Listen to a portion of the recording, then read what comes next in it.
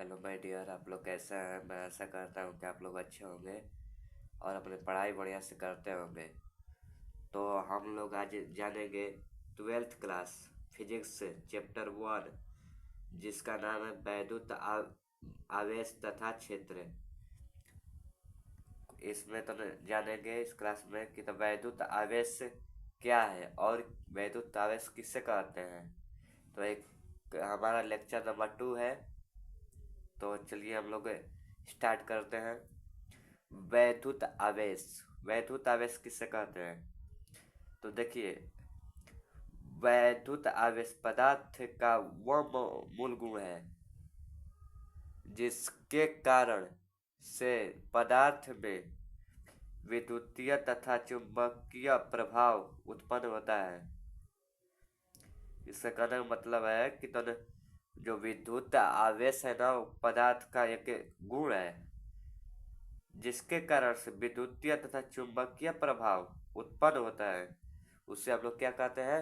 वैद्युत आवेश। और आप लोग इस पॉइंट को सब याद रखिएगा, जो आपके एग्जाम के लिए बहुत इम्पोर्टेंट है। वैद्युत आवेश पदार्थ का मौलिक गुण है। वैद्युत आवेश क्या है? पदार्थ का एक मौलिक गुण है। वैद्युत आवेश को क्यू से सूचित किया जाता है। देखिए, आज के क्लास में हम लोग पूरा वन शॉट करने वाले हैं। पूरा एक चलेगा, कम से आधा घंटा का वीडियो है। अगर आप लोग इससे पढ़ लेते हैं तो समझ जाइए कि आपका तो पहला चैप्टर क्लियर हो चुका है 80%। क्यू शब्द लैटिन शब्द किससे बना है? क्वांटिटी से बना है, जिसका अर्थ क्वांटिटी होता है। और हम आपको बेसिक जानकारी के बारे में बताना चाहेंगे, जो वीवीआई है, बेसिक टर्म। तो इसको तो ऊपर कर लेते हैं थोड़ा सा।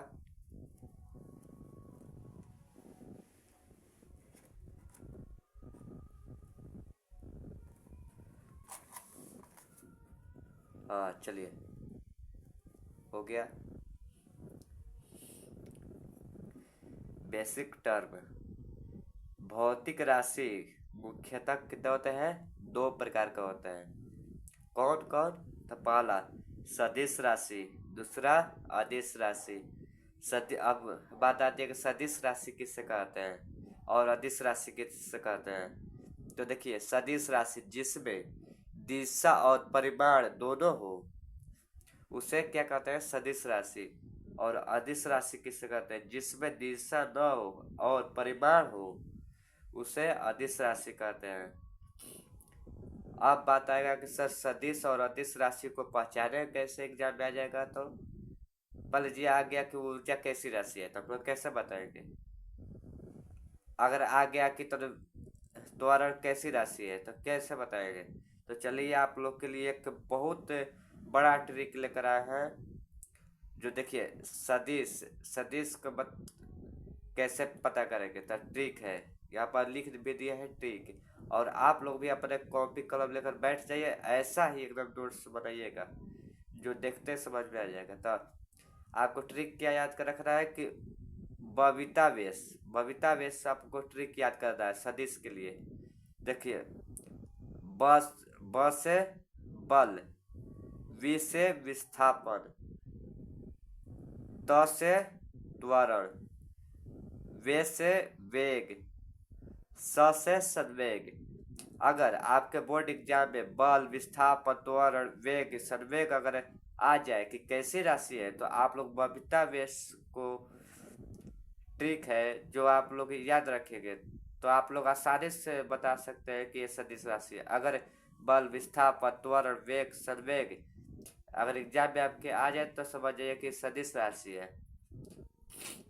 अब बात आता है कि सर अदिश राशि कैसे समझेंगे। तो अदिश राशि के लिए तो ट्रिक है, देख लीजिए यहाँ पर एरो का चिन्ह दे दिए हैं। ट्रिक है कि उस आर्द्रता को चाबी दो। क्या दो? उस आर्द्रता को चाबी दो। तो आर्द्रता किसी का नाम है, उस आर्द्रता को चाबी दो। तो हो जाएगा। तो उ से ऊर्जा, स से समय, आ से आयतन, द्र से द्रव्यमान, ता से ताप, क से कार्य, चा से चाल, वी से विद्युत, विद्युत धारा, दो से दाब। उस आर्द्रता को चाबी दो। अगर ये याद रहेगा तो आप लोग को तो एग्जाम में आ जाएगा कि ऊर्जा, समय, आयतन, द्रव्यमान, ताप, कार्य, चाल, विद्युत धारा, दाब कैसी राशि है, तो आप लोग ट्रिक के माध्यम से बता दीजिएगा कि ये कैसी राशि है, अदिश राशि है। और अदिश राशि किसे कहते हैं, जिसमें दिशा हो और परिमाण, अरे सॉरी बच्चों, जिसमें दिशा न हो और परिमाण हो उसे अदिश राशि कहते हैं। इसी का उल्टा हो जाता है। जिस सदिश में क्या होगा, जिसमें दिशा और परिमाण दोनों हो। अदिश में जिसमें दिशा न हो और परिमाण हो उसे अदिश राशि कहते हैं। तो ये दोनों आपको ट्रिक कैसा लगा आप लोग कमेंट में बताइएगा। और आगे एरो का चिन्ह देखो, इसको भी याद करो, बहुत बात पूछा हुआ है।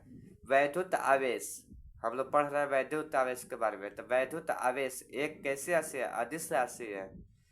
एग्जाम में आ जाएगा कि वैद्युत आवेश कैसी राशि है, तो अदिश राशि। तो चलिए अब हम लोग तो नेक्स्ट पेज अथो करते हैं। चलिए तो अब देखेंगे आवेश का मात्रक, जो एग्जाम के लिए बहुत वीवीआई क्वेश्चन है, आवेश का मात्रक। तो देखिए, वैद्युत आवेश का एसआई मात्रक क्या होता है, कूलम्ब होता है। कूलम्ब को सी से प्रेजेंट करते हैं। और छोटे रूपों में इसे अगर व्यक्त किया जाए तो 1 मिली कूलम्ब बराबर 10 के पावर -3 कूलम्ब होता है। और 1 माइक्रो कूलम्ब बराबर 10 के पावर -6 कूलम्ब। 1 नैनो कूलम्ब बराबर 10 के पावर -9 कूलम्ब। और 1 पिको कूलम्ब बराबर पूछ दिया जाए कितना होता है, तो कितना होता है 10 के पावर -12 कूलम्ब।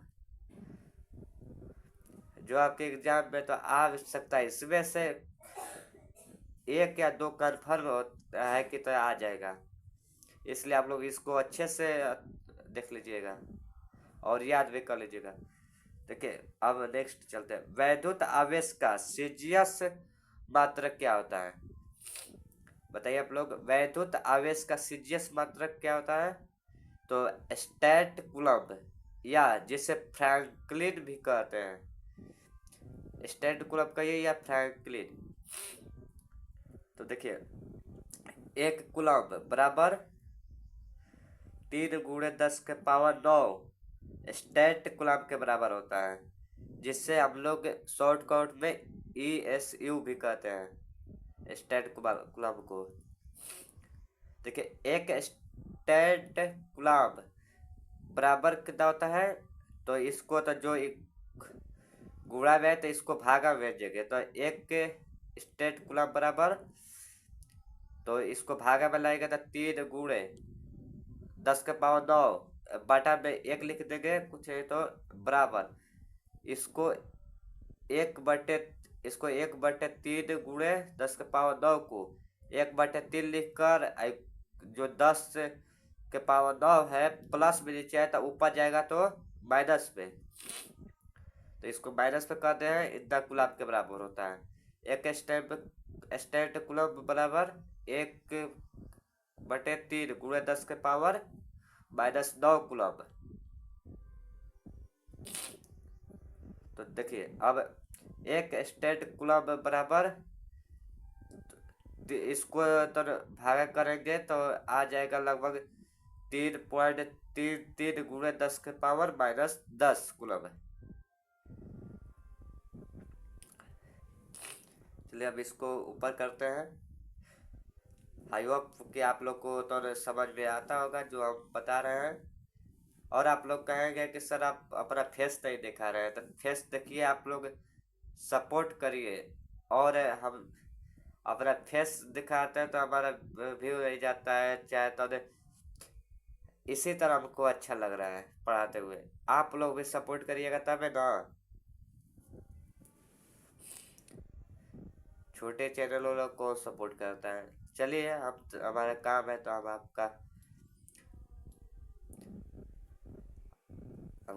आपको पढ़ाते रहेंगे। आवेश आवेश का बड़ा मात्रक। आवेश का बड़ा मात्रक किसे कहते हैं? तो फैराडे। फैराडे क्या वैज्ञानिक का नाम है। आवेश का बड़ा मात्रक फैराडे होता है। एक फैराडे में, अब बताइए, एक फैराडे में कितना कूलम होता है? तो 96,500। एक फैराडे बराबर 96,500 कूलम होता है। और एक फैराडे बराबर, यहाँ पे इंग्लिश लिख दिया गया है, 96,500 कूलम। कूलम कूलम वैज्ञानिक का नाम है, जिससे तो देख लीजिए, कोई भी वैज्ञानिक का नाम हो तो उसको बड़े लेटर से लिखा जाता है, तो कूलम। हाँ, देखिएगा, वैद्युत आवेश का छोटा मात्रक क्या है?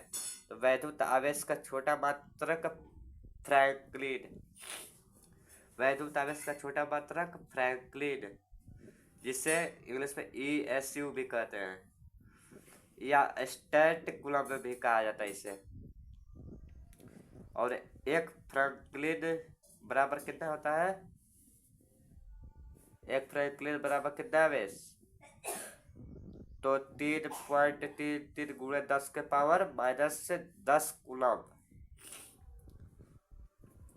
और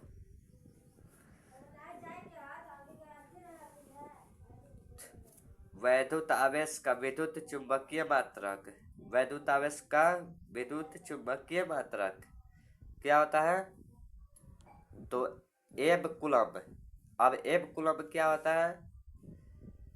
तो चलिए हम लोग आगे के देखेंगे। तो एक एब कूलम बराबर कितना कूलम होता है? तो 10 कूलम के लगभग होता है।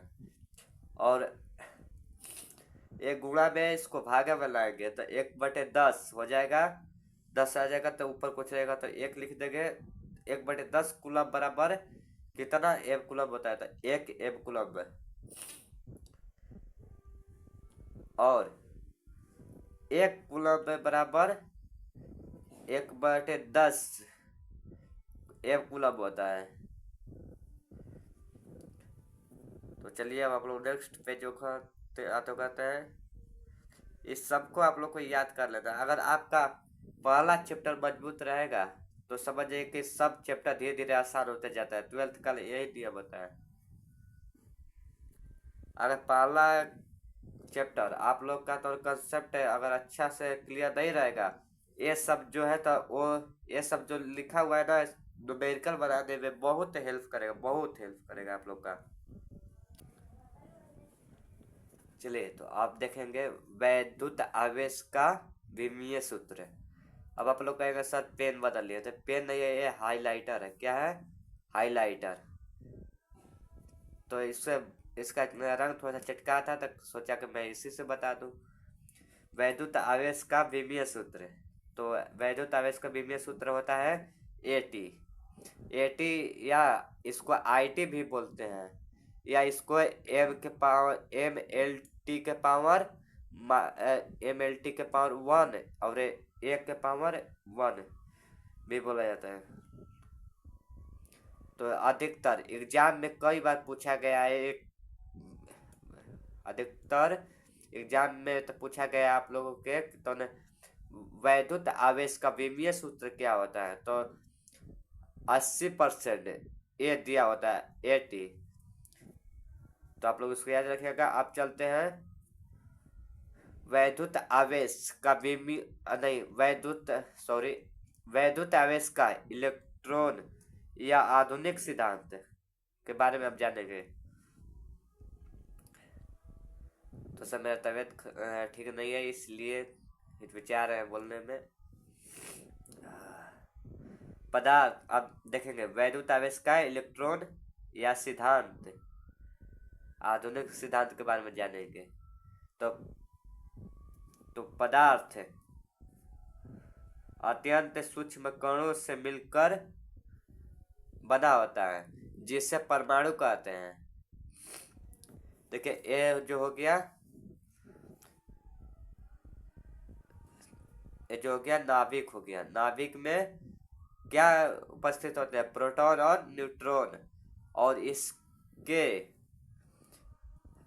बगल में इलेक्ट्रॉन क्या करते हैं? घूमते रहते हैं। ये डायग्राम है। और नाभिक वह स्थान है जहां परमाणु का समस्त द्रव्यमान निहित होता है, उसे नाभिक कहते हैं। इसको हाइलाइटर को हटा दें तो चलिए हम लोग हटा देते हैं, ज्यादा ही दिक्कत कर रहा है, मोटा पड़ जा रहा है ज्यादा, पेन ही सही है, वो जगह भी बहुत छिक रहा है। नाभिक हो गया। और हम लोग देखेंगे परमाणु मुख्यतः 3 मौलिक कणों से, अब इसको आगे करते हैं। वो तो क्या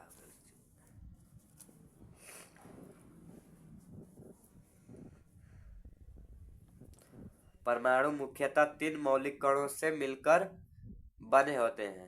पहला इलेक्ट्रॉन, दूसरा प्रोटॉन, तीसरा न्यूट्रॉन। तो इलेक्ट्रॉन पर कैसा आवेश होता है? तो ऋणावेशित या ऋणात्मक आप लोग भी कह सकते हैं। और इलेक्ट्रॉन पर आवेश का मान कितना होता है? तो -1.6 गुणे 10 के पावर -19 कूलम्ब। और इलेक्ट्रॉन का द्रव्यमान कितना होता है, जिसे इंग्लिश में मास बोलते हैं। तो द्रव्यमान क्या होता है इलेक्ट्रॉन का द्रव्यमान? तो 9.1 गुणे 10 के पावर -31 kg। ये आपके एग्जाम में बहुत बार पूछा गया, बहुत बार। और प्रोटॉन क्या होता है? धनावेशित होता है या धनात्मक भी कह सकते हैं। और इसका आवेश 1.6 गुणे 10 के पावर -19 कूलम्ब होता है। और इसका प्रोटॉन का द्रव्यमान कितना होता है? तो 1.67 गुणे 10 के पावर -27 kg होता है ना। और न्यूट्रॉन क्या होता है? अनावेशित मतलब इसका कोई न धनात्मक होता है न ऋणात्मक होता है, कुछ भी नहीं होता है। अन्यथा इसका आवेश भी क्या होता है? शून्य होता है। और इसका द्रव्यमान कितना होता है? न्यूट्रॉन का द्रव्यमान तो 1.67 गुणे 10 के पावर -27 होता है। और अब चलेंगे नेक्स्ट हेडिंग पर। इलेक्ट्रॉन नाभिक के चारों ओर, देखिए ये भी क्वेश्चन बहुत बार पूछा गया है। इलेक्ट्रॉन नाभिक के चारों ओर एक वृत्ताकार कक्षा में चक्कर लगाता है। आपके एग्जाम में आ जाएगा कि तो नाभिक के चारों ओर किस कक्षा में चक्कर लगाता है? तो वृत्ताकार। और ये नाभिक की त्रिज्या की कोटि 10 के पावर -15 मीटर होती है। देखिए जो ये रेड पेन से एरो का चिन्ह दिए, इसको आप लोग अच्छे से याद कर लेंगे, रट लेंगे, क्योंकि यही सब ऑब्जेक्टिव आता है। ऑब्जेक्टिव एग्जामिनर कहाँ से उठाता है? बोर्ड वाला का तारा पर से लाता है, का चांद पर से लाता है? नहीं, इसी सब से उठा के पूछ देगा। जैसे बताया ना मैंने कि तो ऐसे पूछ देगा बोर्ड वाला कि तो नाभिक के चारों ओर कक्षा में कौन चक्कर लगाता है? तो ऑप्शन दे देगा तो वृत्ताकार, आयताकार, फलनाकार, इनमें से कोई नहीं। तो कौन मारिएगा? तो वृत्ताकार। ऐसे ही ऑब्जेक्टिव बनता है एग्जाम में।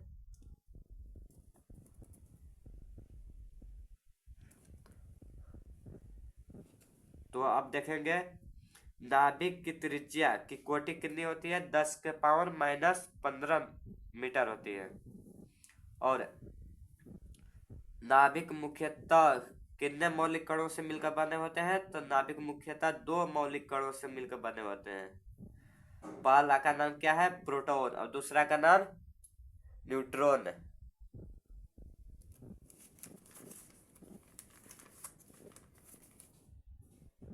तो सब उठ गया था। यदि किसी परमाणु में प्रोटॉन की संख्या इलेक्ट्रॉन की संख्या के बराबर हो तो परमाणु कैसा होता है? तो वैद्युत उदासीन होगा। आपके एग्जाम में भी आ जाएगा कि यदि किसी परमाणु में प्रोटॉन की संख्या इलेक्ट्रॉन की संख्या के बराबर हो तो परमाणु कैसा होगा? उदासीन होगा। कि तो और सब ऐसे ऐसे ऑप्शन दे देगा तो उसमें उदासीन भी देगा, तो उदासीन मार देना। वैद्युत आवेश उदासीन होगा। चलिए हम लोग नेक्स्ट देखते हैं। तो चलिए, अगर आप दूसरे के चैनल पर या किसी के चैनल पर अगर इतना क्वेश्चन आप लोग पढ़ते हैं अगर बड़े चैनल पर, तो कम से कम से आप लोग को तो लग जाता है 1.5 घंटा 2 घंटा लग जाता। लेकिन मैं इस चैनल मेरा चैनल का नाम वन इंडिया क्लासेस है, जहाँ पर आप लोग को कम समय में अच्छे से बताया जाएगा। तो चलिए अब आगे देखेंगे। यदि किसी परमाणु में प्रोटॉन की संख्या इलेक्ट्रॉन की संख्या से अधिक हो तो परमाणु क्या होगा? धनावेशित हो जाएगा। अब दूसरा, इसी को अब उल्टा करेंगे। यदि किसी परमाणु में इलेक्ट्रॉन की संख्या प्रोटॉन की संख्या से अधिक हो तो परमाणु क्या होगा? ऋणावेशित या ऋणात्मक हो जाएगा। नोट, वस्तु को आकर नोट पॉइंट आप लोग इसको भी अथवा रखिएगा याद। नोट, वस्तु को आवेशित होने के लिए इलेक्ट्रॉन जिम्मेवार होता है या है, न कि प्रोटॉन। बहुत ही इम्पोर्टेंट कंसेप्ट है। जैसे आप लोग नोट गिनते हैं ना, तो कोई आप लोग को नोट गिनता है तो आप लोग क्या करते हैं कि हटी हटी है, तो इससे भी तो नोट से वैसा ही तो इम्पोर्टेंट कंसेप्ट है। वस्तु को आवेशित होने के लिए इलेक्ट्रॉन जिम्मेवार है। आपके ऑब्जेक्टिव में आ जाएगा कि वस्तु को आवेशित होने के लिए कौन जिम्मेवार होता है? तो इलेक्ट्रॉन, प्रोटॉन जिम्मेवार नहीं होता है।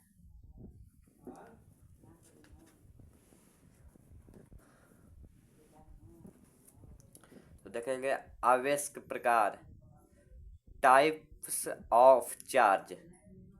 आवेश के मुख्यतः कितने प्रकार होते हैं? 2 प्रकार होते हैं।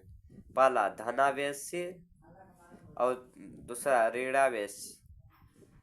जैसे धनावेश को इंग्लिश में पॉजिटिव कहते हैं और ऋणावेश को नेगेटिव चार्ज। नोट पॉइंट, फिर नोट लिखेगा। 1750 ईस्वी में अमेरिकी बेंजामिन फ्रैंकलिन आवेश का नाम धनात्मक और ऋणात्मक रखा, और अमेरिकी वैज्ञानिक बेंजामिन फ्रैंकलिन ने कचाब देखे आप ना? कचाब नहीं देखे? जो लाशा होते हैं, कचाब आवेश को धनावेश तथा रेजिनस आवेश को ऋणावेश नाम दिया, या ऋणात्मक भी कह सकते हैं इसको। आवेश धनात्मक और ऋणात्मक दोनों होता है। आवेश हमेशा क्या होता है? धनात्मक और ऋणात्मक दोनों होता है। आपके बोर्ड एग्जाम में पूछ लिया भी जाएगा ये कि आवेश क्या होता है। तो आवेश धनात्मक और ऋणात्मक दोनों होता है। तो आप देखेंगे धनावेश या ऋणावेश, नहीं, धनावेश या धनात्मक आवेश।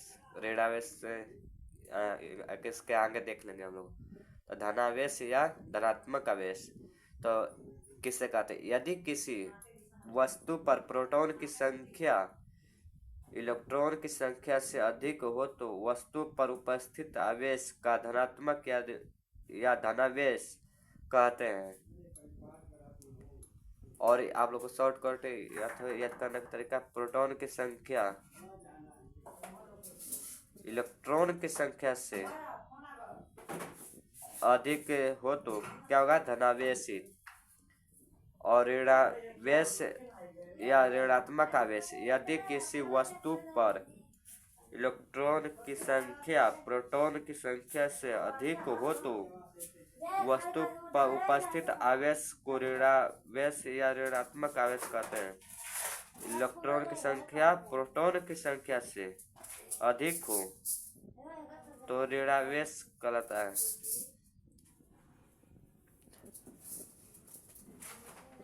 जैसा अब एग्जाम्पल देखेंगे इसका। एग्जाम्पल, पहला एग्जाम्पल,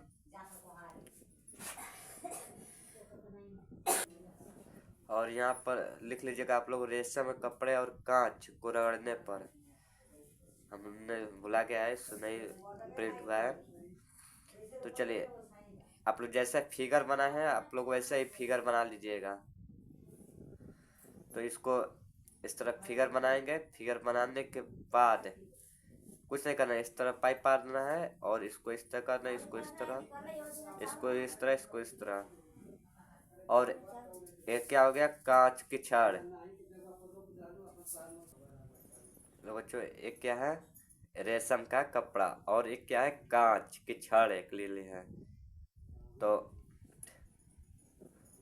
देखिए, जब रेशम के कपड़ा को कांच के छड़ में इसको रगड़ते हैं, मान लीजिए कि जैसे बताते हैं आप लोग को एग्जाम्पल करके, किसको ले, चलिए हम इसी को ले लेते हैं। इसको ले, नहीं, ये प्लास्टिक वाला हम बताएंगे, नहीं, इसको ले लिए। देखिए, जैसे ये प्लास्टिक का कांच है, लेकिन तो हमें समझिए कि तो एग्जाम्पल के समय कि तो एक कांच का एक छड़ है, कांच का छड़ है। तो इसको मान लीजिए कि तो ये रेशम कपड़ा है, इसको रगड़ेंगे तो इसमें का जो इलेक्ट्रॉन है वो क्या हो जाएगा कि रेशम के कपड़े में या वस्त्र में क्या होगा, चला जाएगा। तो वस्त्र में समझ जाइए कि इलेक्ट्रॉन जहाँ भी जाता है तो उसको क्या करता है, गरीब कर देता है। तो इसमें एक कपड़ा में चला गया तो कपड़ा क्या हो जाएगा, इसको समझ जाइए, ये कपड़ा को जब हटाएंगे, इस तरह हटाएंगे तो एक कांच का छड़ है और ये तो एक कपड़ा है, तो कपड़ा में क्या चला गया, इलेक्ट्रॉन। तो इलेक्ट्रॉन जहाँ भी जाएगा ऋणावेशित करेगा, तो ऋणावेश मतलब ऋणात्मक बनाएगा। तो कपड़ा में इलेक्ट्रॉन चला गया तो ऋणावेश हो जाएगा। और इसमें से इलेक्ट्रॉन निकल के इसमें कपड़ा में चल गया इसको रगड़ने पर, और इसमें क्या बच गया, धनावेश मतलब पॉजिटिव चार्ज बच गया। लोहा में इसमें क्या बच गया, पॉजिटिव चार्ज, इसमें ऋणात्मक इलेक्ट्रॉन चला गया। तो अब इसकी व्याख्या करना होगा, तो यहाँ पर व्याख्या अच्छे से कर दिए हम लोग। जैसे आप देखेंगे कि इसका व्याख्या करेंगे, तो जब कांच की छड़ को एक रेशम का कपड़ा से रगड़ते हैं तो घर्षण करने के बाद जो कांच के छड़ में इलेक्ट्रॉन होता है तो वह रेशम की कपड़ा में चल जाता है।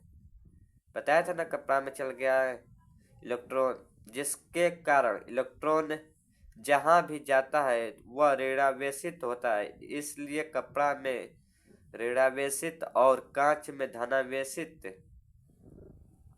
होता है, धनावेशित आवेश होता है। इसलिए आप लोग इसको प्रिंट करिए। अब तो तब हम नेक्स्ट तो करते हैं पेज। आज 1-2 घंटे का पूरा क्लास मात्र 30 से 45 मिनट में खत्म होने वाला है। वन शॉट समझिए। अब दूसरा करते हैं, दूसरा एग्जाम्पल के माध्यम से समझाएंगे। अब लेंगे प्लास्टिक की छड़ और ऊनी कपड़ा लेंगे, ऊनी वस्त्र। देखिए, ऐसे एक प्लास्टिक का क्या हो गया, छड़ बना लिए, और यह ऊनी वस्त्र हो गया। तो इसको अब आप लोग को एग्जाम्पल के माध्यम से समझाएंगे। कौन ले ले इसके लिए एग्जाम्पल, हाँ हो गया। अब हम लेंगे इसको ये क्या है, प्लास्टिक का एक छड़ जैसा है ना, प्लास्टिक का एक छड़ है और ऊनी वस्त्र। इसको मान लीजिए कि ऊनी वस्त्र है। तो इसको जब रगड़ेंगे, इस तरह रगड़ते हैं तो इसको इस तरह से रगड़ेंगे, रगड़ने पर क्या होगा, जो ये प्लास्टिक वाला है तो इसका कण इस पर आएगा, प्लास्टिक आप लोग रगड़िए, तो इसका कण आ रहा है तो उनको नहीं आएगा। और लोहा का रहता है तो ये मूर्छा इस पर आ जाता है, कपड़ा जैसे आप लोग मूर्छा छुड़ाते हैं तो कपड़ा में लग जाता है, तो इलेक्ट्रॉन चल जाता है उसमें, तो वो ऋणावेशित। और इसमें प्लास्टिक के क्षण में ऊनी कपड़ा तो रगड़ रहे हैं तो आ रहा है, नहीं आ रहा है, तो ये क्या होगा, जिस पर ऋणा जिस पर इलेक्ट्रॉन न जाए तो वो क्या हो जाएगा, धनावेशित या धनात्मक। जिस पर इलेक्ट्रॉन रहे वो क्या हो जाएगा, बताया कि इलेक्ट्रॉन जहाँ भी रहेगा तहाँ गरीब कर देगा, कंगाल कर देगा एकदम।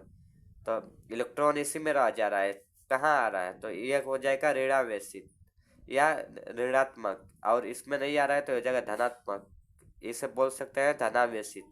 तो देखिए अब इसको तो अलग अलग किए, तो ये देख लीजिए फिगर, इसको यहाँ पर कर दिए और इसको यहाँ पर आई ऊन वस्त्र है, तो यहाँ पॉजिटिव चार्ज, यहाँ पर नेगेटिव चार्ज, तो ये ऋणात्मक हो जाएगा और ये धनात्मक हो जाएगा। इस पर इलेक्ट्रॉन नहीं ना आया, देखो तो, देखिए आप लोग करिए, आप लोग के सामने एक्सप्लेन करके दिखाया जा रहा है, और ऐसा आप लोग को कहीं इस यूट्यूब पर नहीं मिलेगा, आप लोग देख लीजिएगा। और ऐसा तो नहीं बताने वाला, और ऐसा कम समय में ज़्यादा कंटेंट देने वाला कहीं यूट्यूब पर नहीं मिलेगा। अगर ऐसा आप लोग वीडियो चाहते हैं तो आप लोग वन इंडिया क्लासेस को ज़रूर सब्सक्राइब और लाइक बेल आइकन जरूर दबा कर रखिएगा, क्योंकि ऐसा ही वीडियो हमेशा आने वाला है। अब हम अपना फेस नहीं दिखाएंगे, कबो कल हो जाएगा, अगर आप लोग का डिमांड होगा तो मैं बोर्ड पर पढ़ा दूंगा और इसकी व्याख्या करेंगे। जब प्लास्टिक की छड़ और ऊनी वस्त्र को आपस में रगड़ा जाता है तो है जो इस दौरान इलेक्ट्रॉन ऊनी वस्त्र से प्लास्टिक की छड़ पर चला जाता है। चूंकि प्लास्टिक की छड़ पर इलेक्ट्रॉन की संख्या प्रोटॉन की संख्या से अधिक हो जाता है, जिसके कारण प्लास्टिक की छड़ ऋणावेशित हो जाता है।